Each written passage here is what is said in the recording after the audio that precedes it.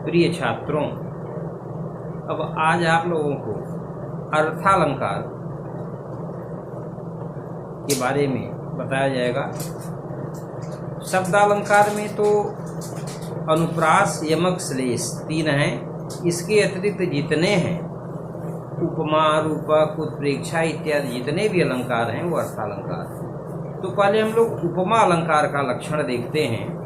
उपमा अलंकार का लक्षण देते हुए आचार्य विश्वनाथ ने साहित्य दर्पण में लिखा है, साम्यम वाच्यम वैर्धर्म्यम वाक्यैक्य उपमाद्वयोः।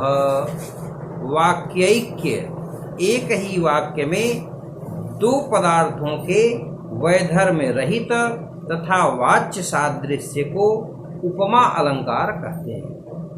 उपमा अलंकार के 4 प्रमुख अंग हैं: उपमेय, उपमान, साधारण धर्म तथा वाचक शब्द। उपमेय का अर्थ है उपमा के योग्य जो, जिसका साम्य प्रस्तुत किया जाए। उपमातुम योग्यम उपमेयम, जो सादृश्य का उपयोगी हो अथवा जो निकृष्ट गुणवत्ता द्वारा संभाव्यमान हो। इसी प्रकार उपमान किसे कहते हैं? उपमान का तात्पर्य है उपमा का साधनभूत पदार्थ, जिसके द्वारा उपमेय की समता प्रस्तुत की जाए, जो सादृश्य का प्रतियोगी हो अथवा जो अधिक गुणवत्ता द्वारा संभाव्यमान हो, उसे आचार्यों ने उपमान कहा है। साधारण धर्म शब्द का अर्थ है उपमान तथा उपमेय में संगत धर्म। उदाहरण स्वरूप कहा जा सकता, कमलमिव मनोज्ञम मुखम।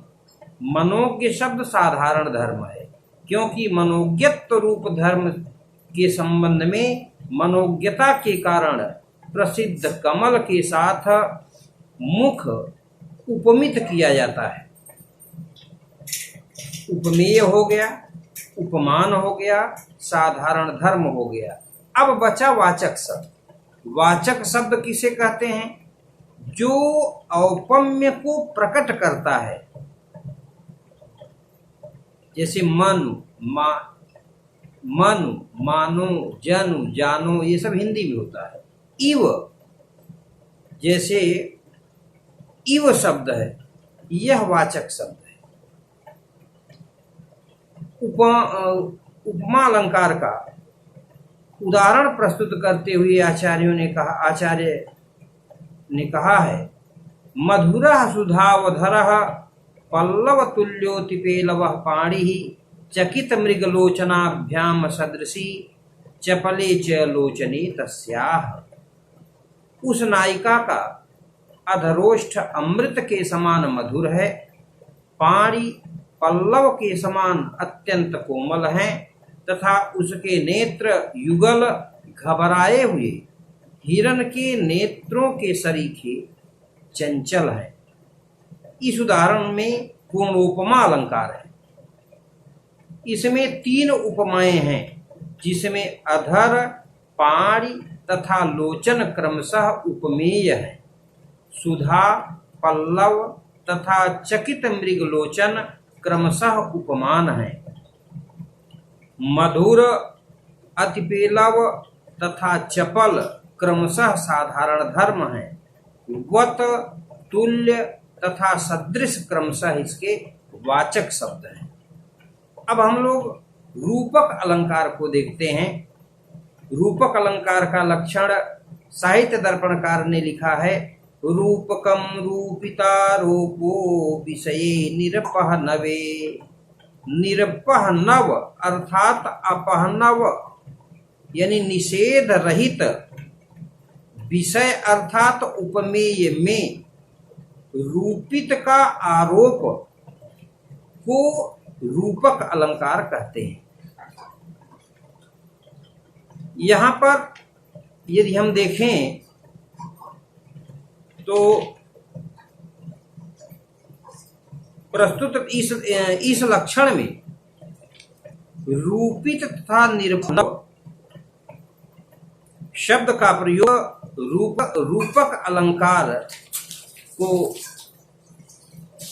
रूपक अलंकार परिमाण तथा अपहनुति अलंकार से पृथक करने के लिए किया गया है। अपहनुति में ऊपर का निषेध करने वाला कोई शब्द अवश्य रहता है और रूपक में ऐसा नहीं है। रूपक अलंकार का उदाहरण प्रस्तुत करते हुए कहा गया है कि रावणावग्रह क्लांत मितिवाग मृतेन सह अभिवृश्य मरुत सस्यम कृष्ण मेघ स्थिरो दधे।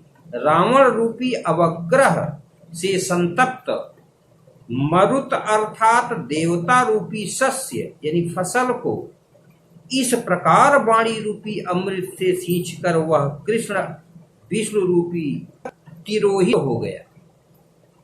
इस उदाहरण में समस्त वस्तु विषयक सांग रूपक है। जब अंगी के समस्त अंग रूपण किया जाए तो वहां सांग रूपक होता है। रूपक के भी तीन भेद हैं, सांग, निरंग रूपक और पारंपरिक रूपक। सांग, निरंग और पारंपरिक रूपक के भेद से ये रूपक भी तीन प्रकार का होता है। उत्प्रेक्षा अलंकार को हम देखते हैं। उत्प्रेक्षा अलंकार किसे कहते हैं? भवेत संभावनोत्प्रेक्षा प्रकृतस्य परात्मना।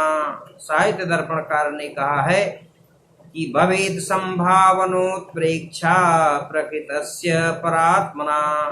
किसी प्रकृत अर्थात प्रस्तुत वस्तु उपमेय की अप्रस्तुत वस्तु अर्थात उपमेय में संभावना करना ही उत्प्रेक्षा अलंकार होता है।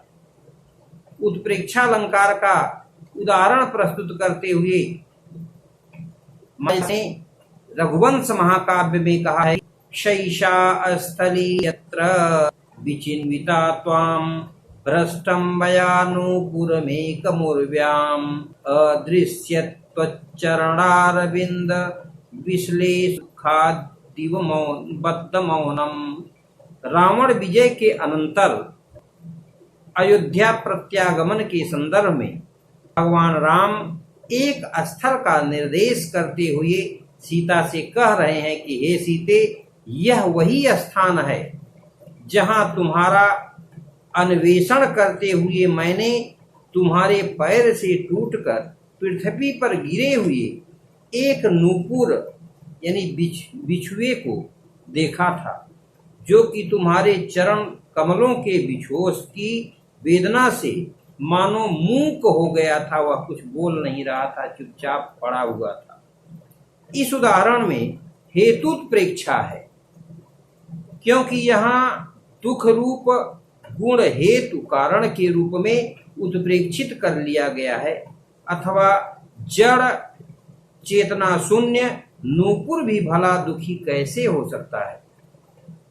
आचार्य विश्वनाथ ने उत्प्रेक्षा के 56 भेदोपभेद की चर्चा की है तथा उत्प्रेक्षावाचक शब्दों की एक तालिका भी प्रस्तुत की है, जिसमें उन्होंने कहा कि मन्ने संके ध्रुवम प्रायो नूनमित्येवमादयः। इव शब्द भी कहीं कहीं पर उपमा के बजाय उत्प्रेक्षा का वाचक हो जाता है। जैसे लिम्पतीव तमोवंगानि वर्षति वाञ्जनम नभः इत्यादि जो मृच्छकटिकम में कहा गया है, वहां लिम्पतीव तमोवंगानि यहाँ पर ऐसे उदाहरणों में ये मृच्छकटिक का है, लिम्पतीव तमोवंगानि वर्षति वाञ्जनम नभः। आचार्य दंडी ने काव्यादर्श में लिखा है कि मन्ने शंके ध्रुवम प्रायो न्यूनमित्येव मादिभिः उत्प्रेक्षा व्यंजते शब्दैरिव शब्दोपितादिशः। इस प्रकार उत्प्रेक्षालंकार में मन्ये, शंके, ध्रुवम, प्रायः, नूनम इत्यादि शब्दों का प्रयोग हुआ होता है। इन शब्दों के प्रयोग के माध्यम से हम जान सकते हैं कि उसमें उत्प्रेक्षा। शेष अगली कक्षा में आप लोगों को अतिशयोक्ति अलंकार किसे कहते हैं, विभावना अलंकार किसे कहते हैं, विशेषोक्ति अलंकार किसे कहते हैं, संदेह अलंकार किसे कहते हैं, इस पर प्रकाश डाला जाएगा।